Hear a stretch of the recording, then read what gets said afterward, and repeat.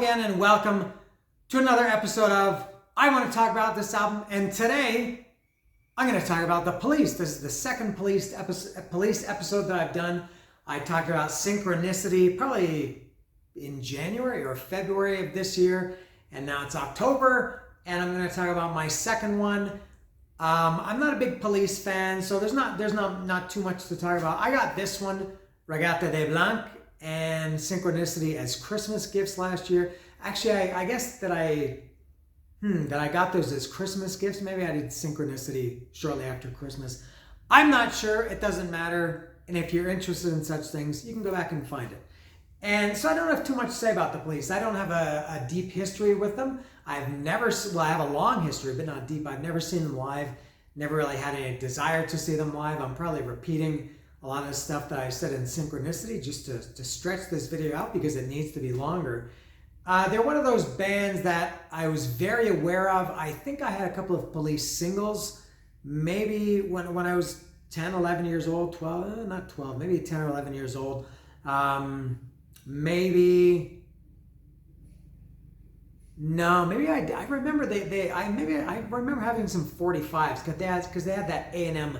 I remember the A&M record label. Styx had that too. I'm not sure. But yeah, not a big Police fan. And they're one of the bands that you've heard, for me, you hear them on the radio all the time. And I used to listen to the radio a lot back then.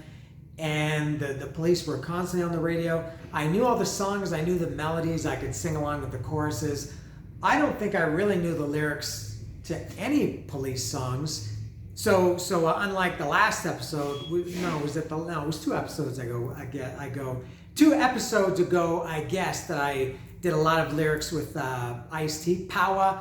I don't think I'm going to do any today because I just don't know him well enough. And today was the first time I've heard this record, Reggatta de Blanc, in full. There are 2 songs that I'm very familiar with. You know what they are. There's a third one that I think I'm very familiar with it, but I think I had never heard the original version.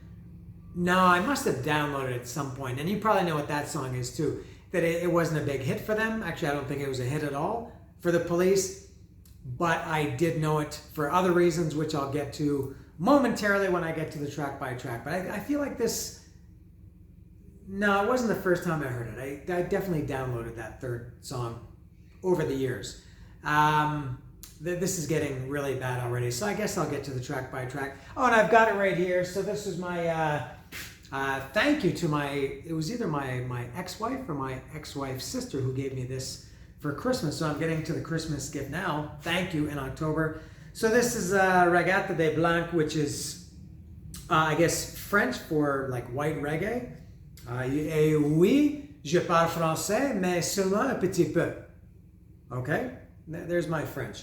So there it is. This is the Police's second record. This came out in 1979, I think. And there's the back of it. And I guess this is when the Police were still more or less a rock band. There was a little bit of reggae on here. Their first record was Hablando de Amor. I'm not sure what songs are on that one, if it had a little bit of reggae. This one had some reggae, hence the title. And but it was before they kind of turned new wave, I guess, with what was after this, Zenyatta Mondada. They only had like 5 albums, I think. I don't know. But it was their second record, and I don't have anything else to say, so I will get to the track by track now. I'll open it up. You can see there's no hype sticker. All right, and it looks like there's no packaging to speak of inside. Nope, there's not. Very disappointing. There's that A&M label. I remember that from Styx. Who else was on A&M?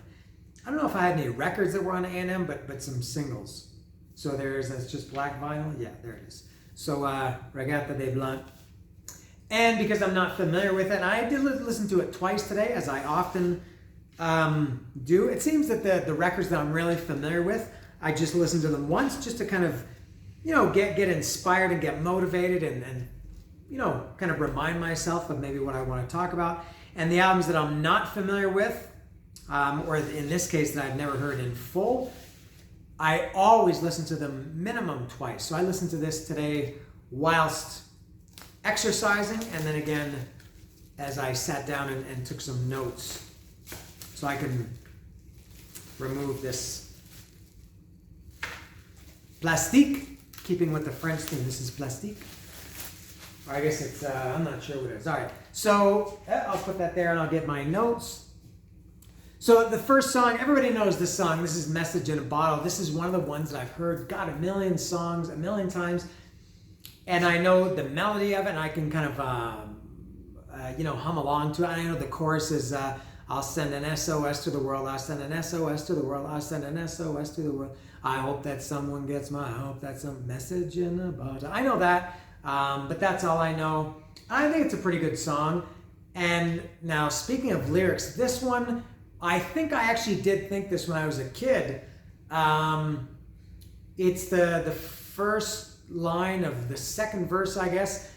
A year has passed since I wrote my note. A year has passed since I wrote my note.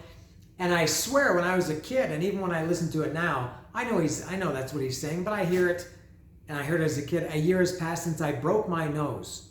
A year has passed since I broke my nose. I really, really thought that's what he was saying. I don't know if I knew when I was 10 or 11 years old what a message in a bottle was, but it's a year has passed since I wrote my note. And that song's good. This is, I have a much bigger appreciation for this song. A lot of other songs I've talked about that I heard on the radio all my life, and now that I've lived in Mexico for 18 years and I haven't listened to radio for 18 years, I haven't been bombarded with them, and they don't get shoved down my throat, and I think I appreciate them more now. So yeah, Message in a Bottle, good song.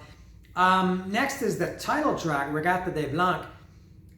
This is an instrumental. It's kind of disappointing that it's an instrumental, because when I was listening to it today, the first time I listened to it, I thought, okay, and then it started to get really good, and then all of a sudden it was over. I think I don't know I'm not going to check, but the length of the tracks here, but I feel like it's pretty short, and I felt like just as this was starting to get good, and I was expecting some vocals to come in, the song ended. So yeah, it's a good song, but kind of a pointless instrumental, and weird that it's just the second song that they would put kind of a relatively short, it's probably 2.5 minutes, I would guess, that they would put that as the second song on the album.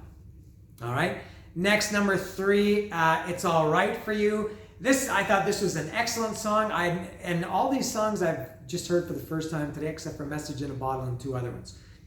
So It's All Right For You. I thought this was an excellent song. This one and maybe another one. I would say this one is my favorite on the album. It sounds like, I don't know what band, but it seems like a song that a metal band or hard rock band could do a great cover of. It just sounds like it. A metal band could take the song, put some salt and pepper on it, and instantly it becomes a great metal song. Next is number 4, Bring On The Night. Nothing to say about this one. It's just okay. That's it. Next is number 5, Death Wish. I like this song. Now, speak of metal, doesn't Death Wish sound like it should be by a metal band or a Charles Bronson movie or something? This one, now speak of metal, the bass, kind of metal, hard rock. The bass in this song did remind me of Come Along by Salty Dog. I did a Salty Dog episode, Every Dog Has Its Day, a couple of years ago, I think, when I was still doing CDs, when this was branded as I Love This Album. But the bass in Death Wish reminded me of Come Along by Salty Dog. I like this song. It was a good song. Great guitar through this song. I really like it. Next is Walking on the Moon. This was the second of 2 songs that I'm very familiar with. It was the big hit from this song. It's, for me, the most reggae influenced song. And I think it's okay. I don't like it as much as I like some of the other Police singles over their career, but yeah, Walking on the Moon was okay. Next is On Any Other Day. Now I think this was my favorite song. I love this one. Kind of a cool, funny, not funny, kind of a fun, Police song. Cool lyrics. I had to write these. My wife has burned the scrambled eggs. The dog just bit my leg. And then he said something about his teenage daughter. I can't remember. Love it. Now, I don't know who sings this. It's definitely not Sting. So I guess there's only two suspects left, Stuart Copeland and Andy Summers. I don't know enough about the Police to know if, each one, because, with Kiss, I'm a big Kiss fan, and Peter Criss had a token song on each record. Ace Frehley had a token song starting from Love Gun On. I don't know if Stuart Copeland and Andy Summers had token songs on Police records. So I don't know who sang this one, but I like it a lot. I think Sting is singing background, but I like On Any Other Day. Good song. Next is The Bed's Too Big Without You. Hated the title. As soon as I saw this title, I thought, this song sucks. And I know I shouldn't do that. But I just think it's such a stupid, pompous, pretentious title. It reminded me of something that Sting, as a solo artist, that he would have titled one of his songs, The Bed's Too Big Without You. Also sounds like it could be a Prince song title. Musically, it doesn't sound like Prince, but just the song title. Like, Prince has a song called I Love You But I Don't Trust You Anymore, which is on Rave Unto the Joy Fantastic. I love that album. The Bed's Too Big Without You. This is also quite reggae. It had cool guitar and cool bass, but the song itself, didn't really care for it too much. Not as bad as the title. I hate the title. The song is so-so. Next is Contact. Pretty good. It was okay. It was fine. Nothing else to say about that one. Two more. Number 10. Does Everyone Stare? This one starts with a kind of a weird, janky piano intro, and it sounds like, I don't know which song particularly. It doesn't sound like it. Reminded me of, the Beatles have some weird kind of, I guess in their last couple of albums, last 2 or 3 albums, these kind of weird, odd, almost like children's songs. And this one, Does Everyone Stare, kind of reminded me of a weird, odd, strange, childlike Beatles song. And then the last one is No Time This Time. This is one that I did know because Anthrax covered it. I'm sure I'd never heard it before until Anthrax did it they had an album called Stomp 442, which I love. I haven't talked about Anthrax yet, if you can believe that. One of my favorite bands ever, and I haven't talked about them. I don't have any Anthrax records. I have all their CDs, but not records. So on Stomp 442, there was this, it was Stomp 442. There was a song called Fueled, not to be confused with Fuel by Metallica, but Fueled, and there was an EP, I guess it was Fueled, and a couple of other cover songs, and maybe a song from Stomp 442, and No Time This Time was on there. Frank Bello sings it, and really Frank Bello sounds, to me, exactly like Sting. Like, it's actually shocking. And they cover this very, very faithful to the original, which sometimes I don't like, sometimes I do. I do like this one. Maybe just because I had never heard the Police version before, but I liked it. It's and a good song for Anthrax to cover too. It's kind of crazy and it's not heavy, but it's I don't know. I can't explain, but I think it's just a suitable song for Anthrax to cover. Also, the melody, part of the melody in this song reminds me of one of my favorite, maybe even a contender for my favorite 90s album in the whole decade was Hang Ups by Goldfinger, which came out in 1997, and I did an episode of that years ago. I hope I did. I must have. I love this album before it was, I want to talk about this album. And the Goldfinger, The Last Time, if I could turn back time, I'd look you in the eye, then I might see your lies. Really reminds me of No Time This Time. Now, I knew Goldfinger The Last Time before I knew No Time This Time.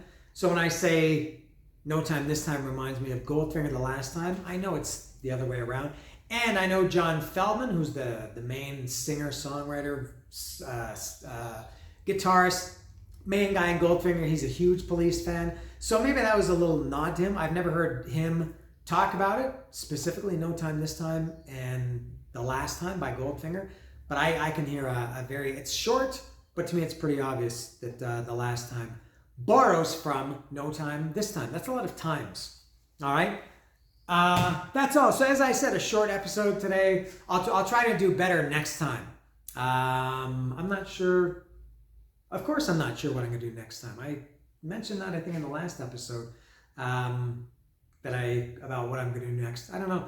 But that was, I don't know if I can see myself getting into Police.